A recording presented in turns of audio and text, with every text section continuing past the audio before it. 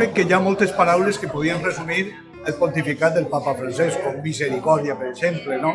Però sinodalitat és una paraula molt important, perquè des de que ell va fer aquell discurs dient que la sinodalitat era un element constitutiu de la vida de l'Església, ha estat com una direcció de tot el seu pontificat. Crec que és molt important que com a Església prenem consciència de la importància que té caminar junts, sinodalment. He triat l'esperança perquè és un papa que ens ha donat esperança cap a dintre l'Església a dintre, però també cap en fora. Un papa que ha fet que les persones sentin la força d'una proposta que tingui sentit. L'expressió que al meu entendre manifesta més clarament aquest pontificat és la revolució en la tendresa, que és una expressió que el papa Francesc va utilitzar en el sínode dels bisbes per referir-se a quina és la naturalesa del cristianisme. I la naturalesa del cristianisme, tal com ell el concep, és una revolució a favor dels més febles, dels més humils, dels més desheretats. Una revolució que té com a finalitat la seva promoció, el seu desenvolupament, el seu creixement com a persones i el seu desenvolupament ple i la seva realització. La revolució de la tendresa jo crec que és l'expressió que més genuïnament expressa l'essència i el sentit d'aquest pontificat. Coratge és la paraula que he escollit per definir el papat d'aquests 11 anys al papa Francesc. Coratge per haver obert l'Església a la participació a creients i no creients per parlar d'aquells temes que tant preocupen avui dia a la societat. El papa Francesc és una alenada d'aire fresc per a la nostra Església. A l'estil de Joan XXIII, ara, al cap de 60 anys, em sembla que podem donar gràcies a Déu d'aquesta etapa, d'aquest papa, i esperem que el que l'hagi de continuar, el que l'hagi de seguir, segueixi aquesta mateixa aire, el mateix que va passar amb Joan XXIII, que el va seguir després Pau VI, doncs que també trobem sortir també un bon continuador de la seva feina i del seu estil. Que Déu ho faci. La paraula que defineix el pontificat del papa Francesc és misericòrdia. Trio misericòrdia perquè el mateix papa Francesc diu que la misericòrdia és la viga mestra que sosté la vida de l'Església. La paraula que defineix el papa Francesc seria normalitat. És la primera vegada que un papa, quan surt al balcó de la plaça Sant Pere, diu «Buonasera» i demana que preguem per ell.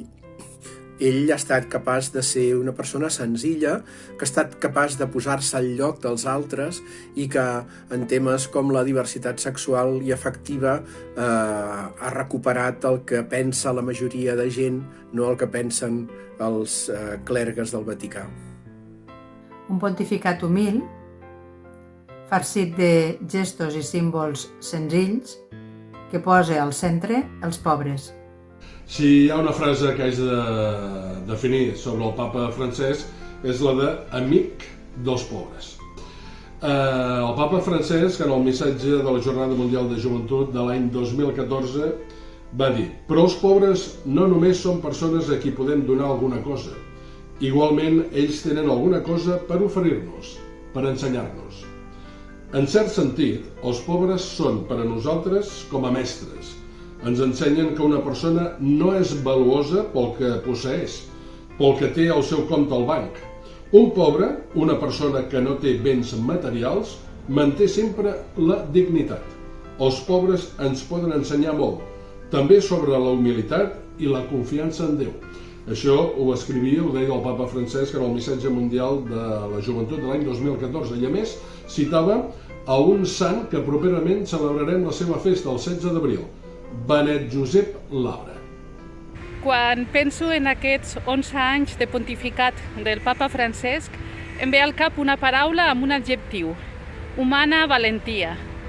Valentia per ser sempre a prop dels pobres, per defensar-los, per denunciar tantes situacions de vulnerabilitat i d'injustícia. Penso, per exemple, en els immigrants, en el drama dels immigrants que moren al Mediterrani i a tants altres llocs, que els oblidem i ell ha fet tanta insistència en estar a prop dels pobres, en fer neteja anche dins l'Església, que igual no es veu massa, però ho està fent, de reivindicar també el paper de la dona, que a poc es van fer passos, segur que falten molts, però s'estan fent.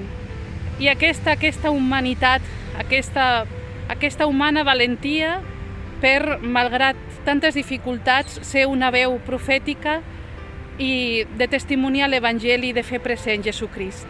A mi la paraula que defineix millor el papat de Francesc és l'audàcia. El que passa és que cal matisar-ho, és a dir, l'audàcia en el sentit de que ha sapigut designar quins són els principals problemes que té l'Església i, en definitiva, també el món, per poder-hi oferir una proposta concreta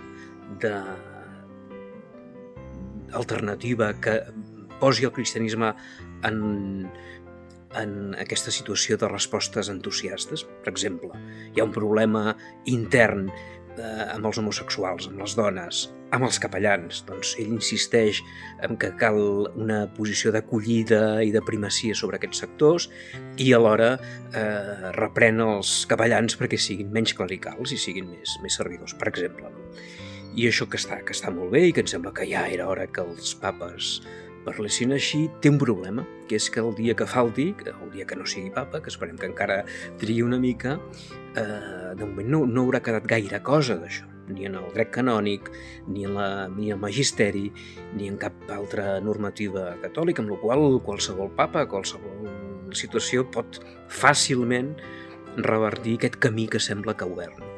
I em sembla que aquest seria el deute, és la cosa que encara no ha fet i que a alguns ens agradaria que hagués fet. Molt ben apuntat, però difícilment resolt.